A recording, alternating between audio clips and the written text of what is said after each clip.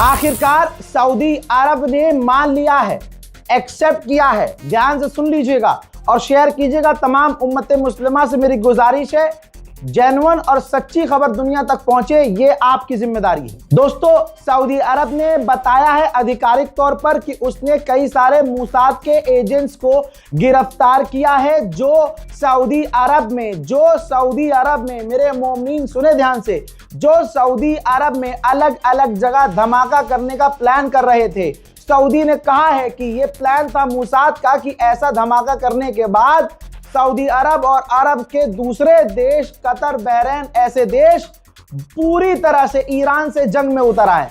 ये Saudi official ने माना है। मोमिनीन, सऊदी ऑफिशियल ने मान लिया है कि हमने मोसाद के ऐसे एजेंट्स को पकड़ा है, गिरफ्तार किया है जो सऊदी अरब में अलग अलग सिविलियंस के इलाकों पर हमला करके हमें भड़काते और ईरान के खिलाफ जंग में सीधा उतारते।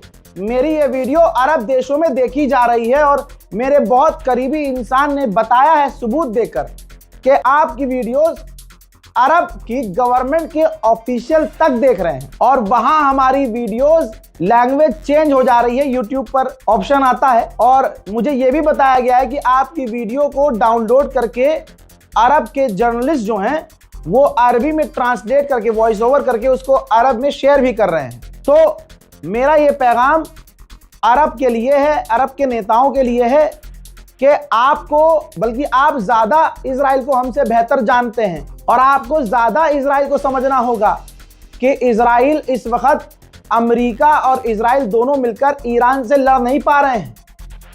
अमेरिका, इजराइल अब चालाकी ये कर रहे हैं कि आपको, यानी अरब देशों को ईरान के खिलाफ सामने कर देंगे और अमेरिका और इजराइल पीछे हो जाएंगे। ये प्लानिंग चल रही है।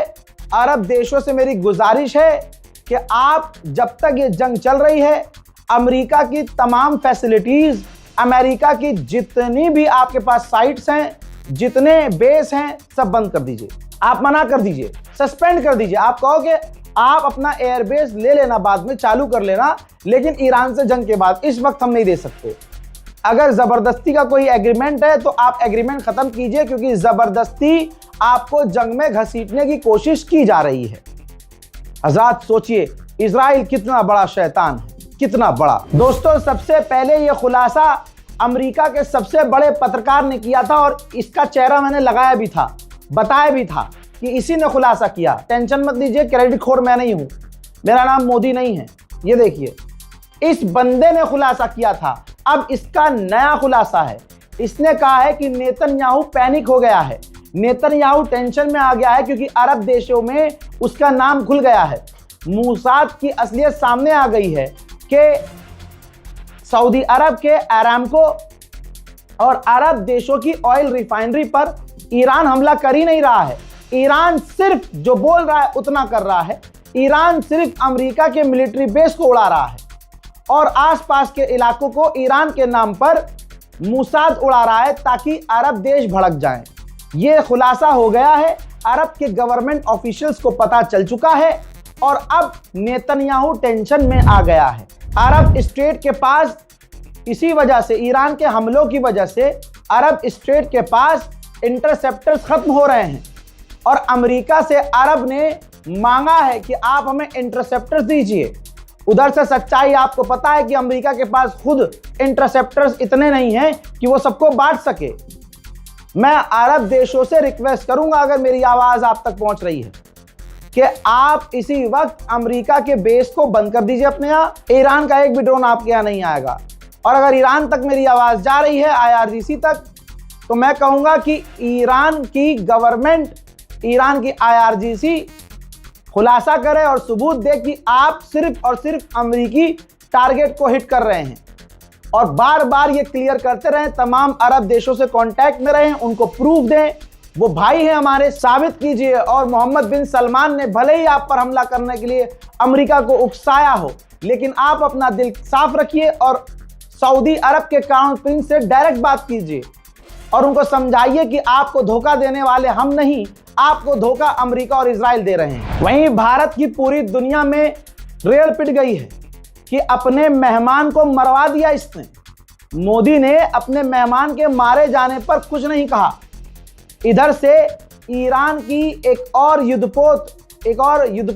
वॉरशिप तेजी से श्रीलंका आ गई, क्योंकि ईरान अपनों को मरता हुआ छोड़ता नहीं है।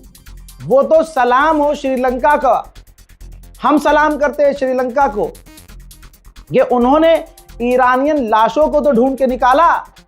मोदी सरकार तो लाश भी सड़ती हुई छोड़ देती, भले ही कुछ भी हो, क्योंकि उन्हें हिंदुओं को खुश करना है। 27 में चुनाव है, समझ रहे हैं आप। लेकिन इंशाल्लाह बेड़ा गर्क होगा, क्योंकि इंसानियत से ऊपर कोई चीज नहीं है। वहीं आपको बता दूं कि ईरान का दूसरा युद्धपोत 250 मेंबर के साथ श्रीलंका पहुंचा, तो श्रीलंका ने क्या किया, ईरान के उस युद्धपोत को खाली करवा लिया और तमाम ईरानियन ऑफिशियल्स को अपने मुल्क में ले गया। ये श्रीलंका ने बहुत समझदारी का काम किया कि कहीं अमेरिका इस युद्धपोत को भी ना उड़ा दे, और अमेरिका श्रीलंका पर हमला करेगा नहीं। तो इसलिए अमेरिका ईरानियन गार्ड की सेफ्टी के लिए उनको युद्धपोत से उतार के अपने मुल्क ले गया है, उनकी खातिरदारी कर रहा है। सारी दुनिया, बल्कि मिडिल ईस्ट के एक्सपर्ट हों, दुनिया के एक्सपर्ट हों, वॉर एक्सपर्ट हों, सब भारत की आलोचना कर रहे हैं कि यार इनका मेहमान था। ईरान ने अपने मुंह से कह दिया हमारा वॉरशिप भारत का मेहमान था, भारत में परफॉर्म करके आ रहा था। थू, ऐसी जात पर हजरात, इनकी विदेश नीति पर थू है। अब जब मोदी को दिख गया कि अब सारी दुनिया मुंह पे थूक रही है, बलगम वाला थूक रही है, तो ये देखिए मोदी की इतनी हिम्मत नहीं, क्योंकि उसे पता है कि चुनाव में झटका पड़ेगा, लोग नाराज हो जाएंगे, तो खुद से कुछ नहीं किया भाई। अपना रिप्रेजेंटेटिव ध्यान से देख लीजिए भाई, देख लीजिए, नई दिल्ली में स्थित ईरान दूतावास में मोदी जी ने अपने विदेश सचिव विक्रम मिस्री को भेज दिया।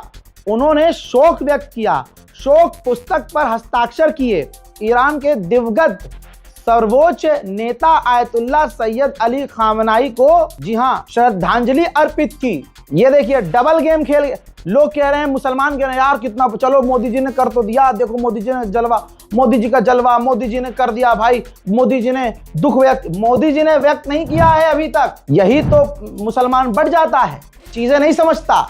हिंदुओं को खुश करने के लिए मोदी जी ने खुद कुछ नहीं किया है, सरकार के एक नेता को ईरान के दूतावास भेज दिया। लेकिन इतना है बस कि चलिए अभी तक खामोशी थी, अब कुछ तो बोले, लेकिन पूरी दुनिया के दबाव में बोले, पूरी दुनिया में जलील होने के बाद बोले।